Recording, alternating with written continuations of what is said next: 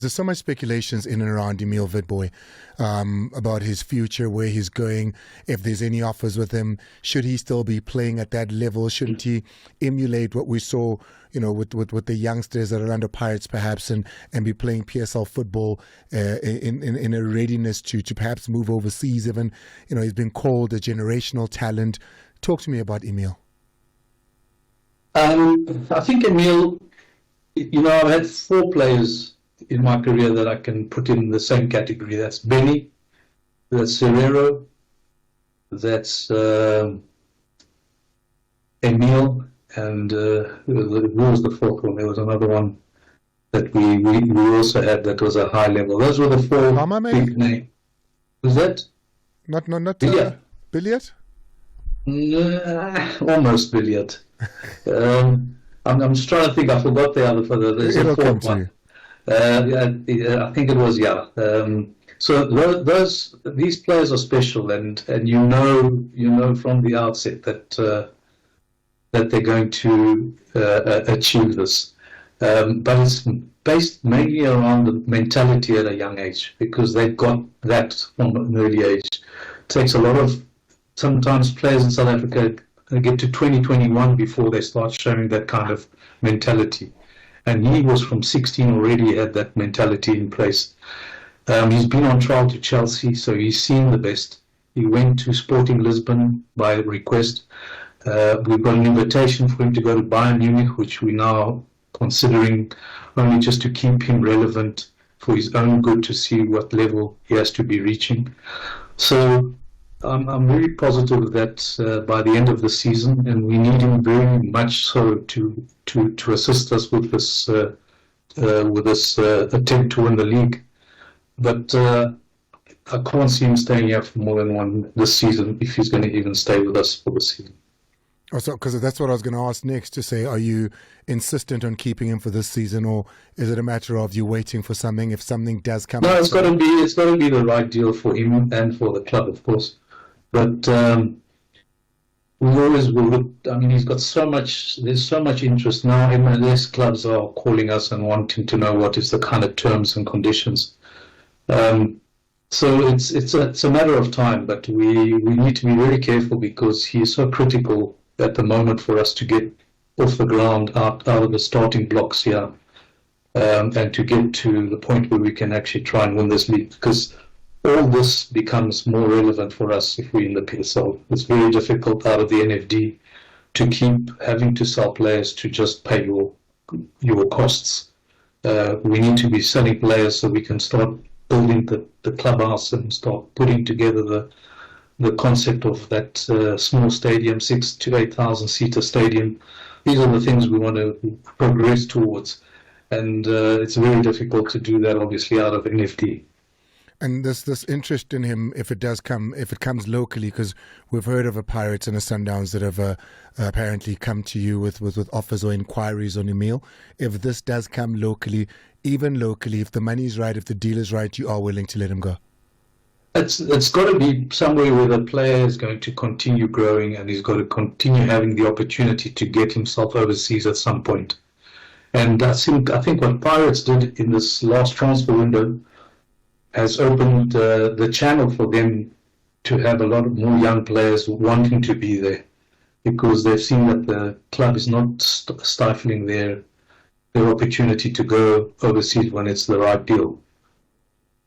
I mean, I've heard some amounts, Chair, that apparently is said to be keeping the boy at Cape Town City. Are you willing to speak about the pricing of an Emile Vitbooi? No, I don't think that's where we're going to get stuck with either Pirates or Sundowns. If there was something that's not, I will always find a way to make a deal happen.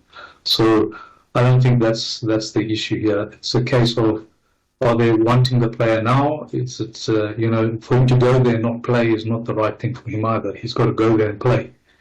Is he going to play? And those are the things we're worrying about, because how do you even guarantee that, Che? How do you then, what do you do in that situation? If he's a young player, you want him to play as much football as possible. I mean, we're looking at the records of a Lamine Yamal and how much football he's played at his age. You want the player to play. How do you then guarantee that? Well, you can't. That's why you would assess with the player before you make a decision to send him to a club. If he's going overseas, then he's going there with a purpose of getting to the point where he's going to play regularly. If he goes to a local club, if he goes to a PSL club, he's got to play. He's got to play, otherwise he's just going to go backwards. So is it the right time for him to go now? I'm not sure. We need to debate that, but there's nothing to talk about at the moment. We don't have any offers.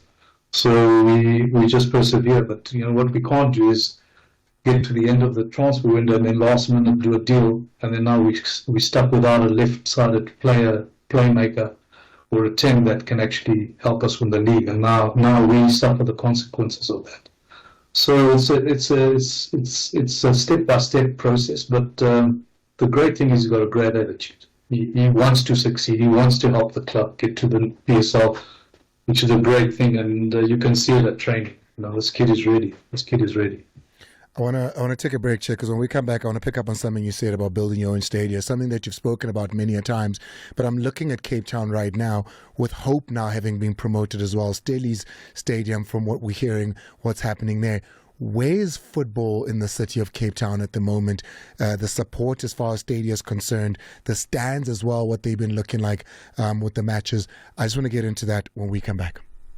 Is there a holdout for your players or for players that you've witnessed or for the Sundowns interest in the PSL more than any other team to say, hey, if they're calling, that's the phone I'm picking up because that money is unsurpassed? Or is there competition in acquisition of players in the PSL?